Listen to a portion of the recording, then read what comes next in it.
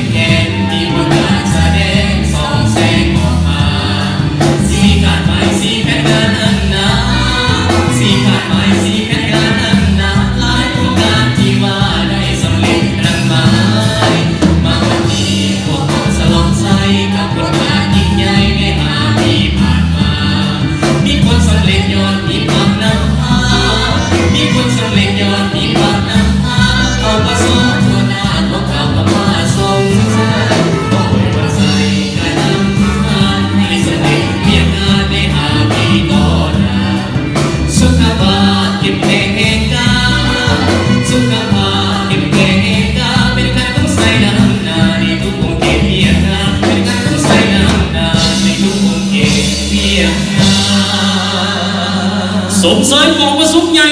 องค์คณะพักกระทรวงป้องกันความสงบครั้งที่ 5อย่างสุดใจสมเสย